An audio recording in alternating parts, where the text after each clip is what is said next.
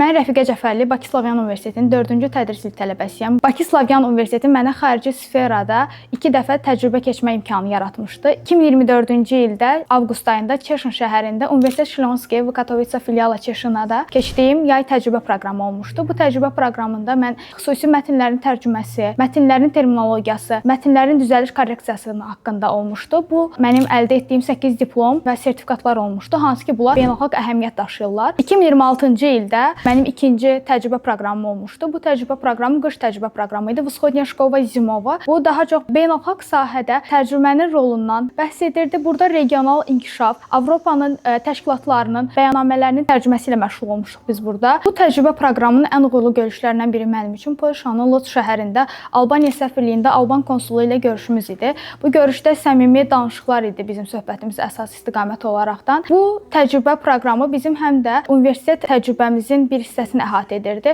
Bu imkanları bizə yaratdığı üçün universitetimizə və universitetimizin rəhbərliyinə böyük təşəkkürümü bildirirəm.